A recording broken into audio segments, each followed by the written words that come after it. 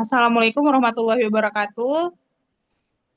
Waalaikumsalam Selamat pagi semua warahmatullahi teman-temanku. wabarakatuh. Kami dari SMK 2 ingin mempresentasikan hasil diskusi kami mengenai studi komparasi podcast dengan literatur UBD. Saya Widya Vitasari, teman saya Desma Astia Lavenda, dan Siti Pati Nurrahma. Baik, saya serahkan kepada pembicara pertama yaitu Siti Fatin. Dipersilakan. Oke, baik. Terima kasih, Mbak Vita, atas waktunya, atas kesempatannya. Baik, kali ini saya akan menjelaskan topik pertama dari hasil podcast atau hasil temuan bersama narasumber di SMK Negeri 2 Indramayu. Nah, pertama dari tujuan pembelajaran. Tujuan pembelajaran ini terdapat dua temuan yang kami temukan. Pertama, tujuan pembelajaran tidak didasarkan pada kemampuan awal siswa, melainkan pada capaian pembelajaran yang telah ditentukan dalam kurikulum. Nah, hal ini tuh sejalan dengan perbandingan literatur yang kami temukan yang dilakukan oleh Nugraha et al. Pada 2023, di mana tujuan pembelajaran ini dirumuskan dari ATP yang merupakan turunan dari CP pada setiap fasenya. Dan temuan kedua, di mana kemampuan awal itu diketahui melalui asesmen diagnostik yang kemudian digunakan sebagai pijakan untuk menyusun strategi pembelajaran yang sesuai. Dan ini pun sesuai dengan apa yang dituliskan oleh Budiono dan Hatip tahun 2023, di mana hasil dari asesmen diagnostik ini dapat digunakan sebagai dasar dalam merencanakan kegiatan pembelajaran sesuai dengan karakteristik dan kebutuhan pembelajaran siswa. Boleh di next slide? Nah, temuan kedua, topik yang akan saya jelaskan yaitu mengenai keterlibatan siswa. Dari hasil podcast bersama narasumber, kami menemukan 3 poin utama. Pertama, untuk menggugah keterlibatan siswa, narasumber menekankan pentingnya membangun kesadaran melalui mindfulness sejak awal pembelajaran. Dan ini pun sejalan dengan apa yang dikatakan oleh Sugata et al. Tahun 2023, di mana mindfulness memengaruhi minat dan keterlibatan pelajar dalam pembelajaran. Dan kedua, mindfulness dilakukan dengan menegakkan aturan kelas secara konsisten. Dan sebagaimana yang dikatakan oleh Dharma dan Rani pada 2020 bahwa pengelolaan kelas yang diintegrasikan dengan penerapan mindfulness akan mampu menciptakan kelas sebagai tempat belajar lebih kondusif dan terarah. Tadi penegakan aturan kelas penegakan aturan kelas merupakan salah satu bentuk pengelolaan kelas.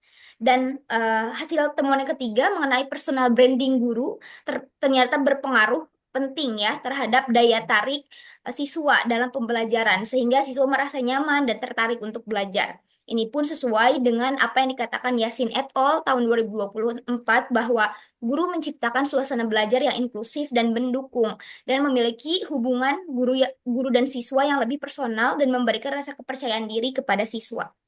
Boleh di next slide. Dan topik terakhir yang akan saya bahas itu mengenai kegiatan pembelajaran. Pada hasil podcast yang kami temukan dengan narasumber mengatakan bahwa siswa dilibatkan secara aktif dalam pembelajaran melalui kegiatan yang bervariasi dan kontekstual seperti diskusi kelompok, praktikum, dan presentasi.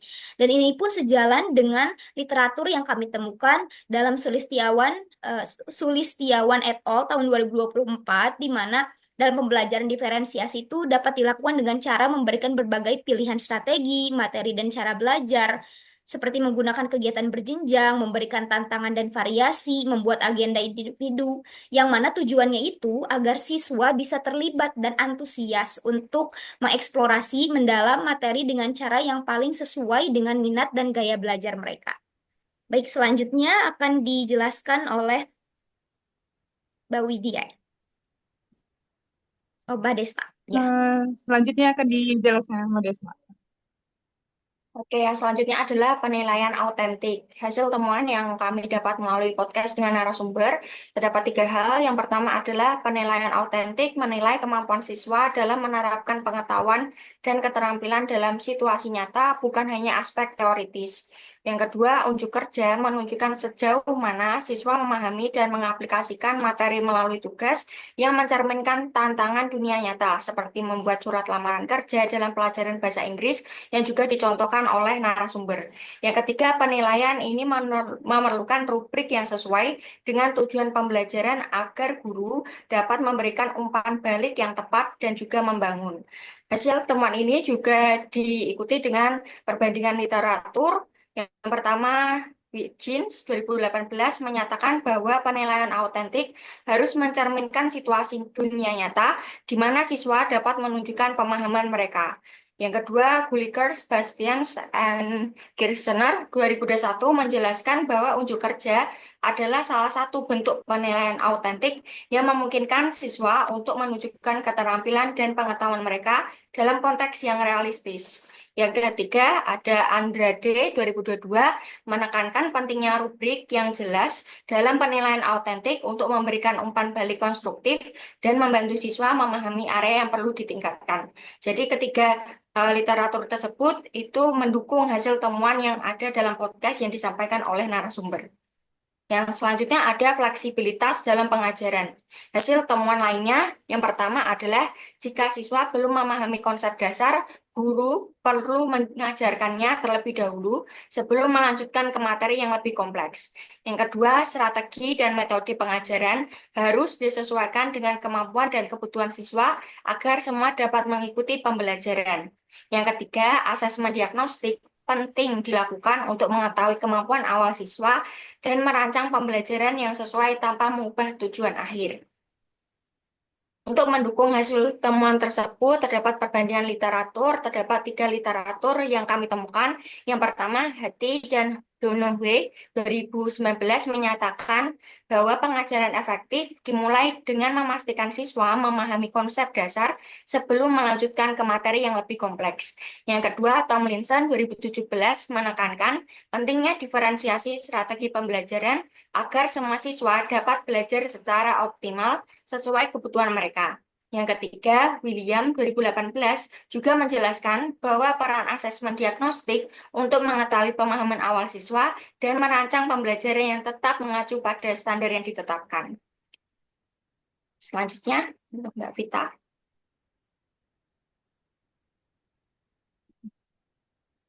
Kalau saya. Oke, selanjutnya saya akan menjelaskan bagian refleksi dan pembaharuan. Oke, jadi dalam UBD itu evaluasi diri menjadi hal yang penting agar siswa bisa memetakan mana area yang perlu ditingkatkan dan mengetahui kelebihan pada dirinya. Sesuai dengan hasil dari narasumber kami itu menyediakan yang namanya evadir atau evaluasi diri yang dilakukan pada akhir pembelajaran dengan meminta siswa untuk mengisi lembar refleksi. Dan ini tuh sejalan dengan literatur yang kami temukan dari penelitian dilakukan oleh Panggabean pada tahun 2023 menunjukkan penggunaan jurnal reflektif dapat meningkatkan keterampilan berpikir kritis siswa termasuk interpretasi, analisis, evaluasi, dan regulasi diri. Hal ini mendukung praktik evadir dalam membantu siswa mengenali pencapaian mereka dan memahami area yang perlu ditingkatkan. Hasil dari refleksi diri ini akan dijadikan bahan acuan untuk perbaikan pembelajaran yang dilakukan oleh guru di masa depan atau pertemuan berikutnya. Selanjutnya,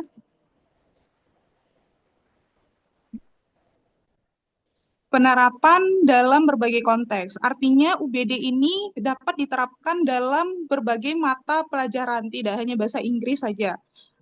Lalu dapat diintegrasikan juga ke dalam metode pembelajaran dan pendekatan yang berbeda-beda. Termasuk salah satunya itu ada pendekatan TARL dan juga diferensiasi yang dikatakan oleh narasumber kami karena ia menyadari bahwa meskipun materi dan tujuan pembelajarannya sama di setiap kelas, tentu saja kondisi dan kemampuan siswa bisa sangat berbeda-beda.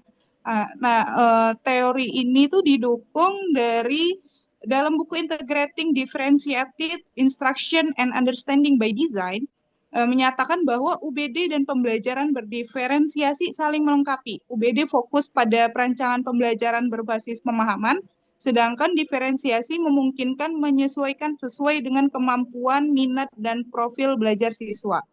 Eh, Sekian presentasi dari kami, dan kami ingin membuka kolom pertanyaan. Bagi yang ingin bertanya, dipersilahkan.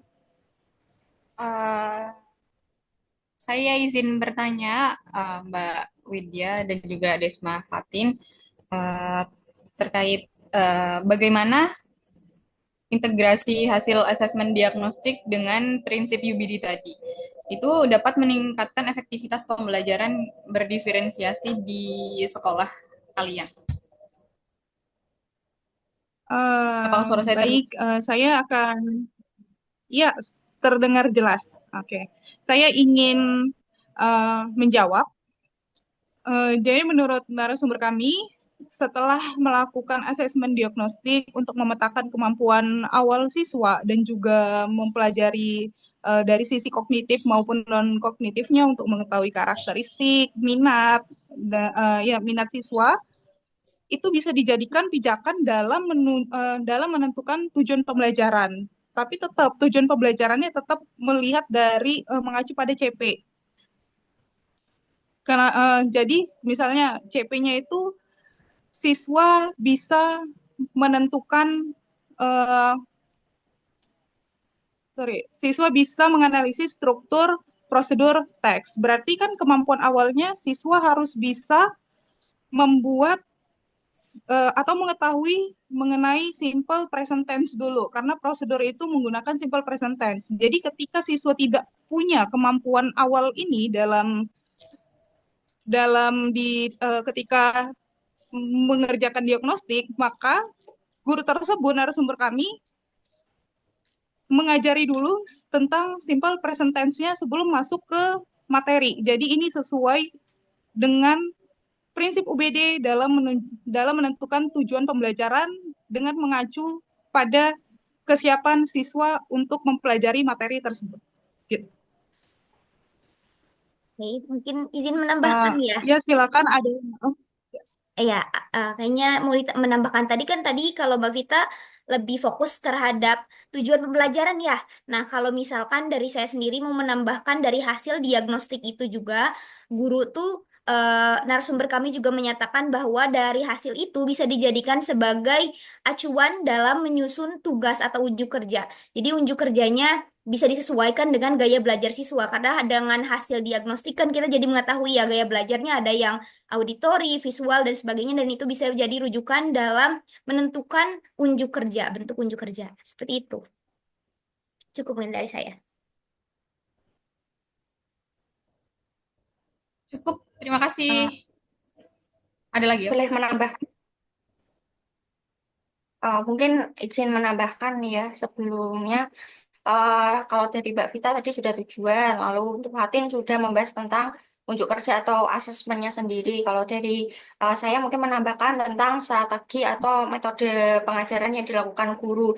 Jadi narasumber juga menyampaikan bahwa hasil tes diagnostik itu bukan hanya sekedar hasilnya saja yang diterima tanpa diolah begitu. Jadi walaupun beda-beda eh, hasil tes diagnostik tiap kelas pastinya berbeda-beda. Jadi guru juga harus sekreatif mungkin menentukan metode pengajaran yang berbeda-beda juga tiap kelasnya agar memang disesuaikan dengan kemampuan dan kebutuhan siswa masing-masing kelasnya sesuai dengan gaya belajar dan juga minat mereka agar guru itu tidak hanya tahu apa yang akan diajarkan tetapi juga tahu bagaimana cara siswa untuk belajar.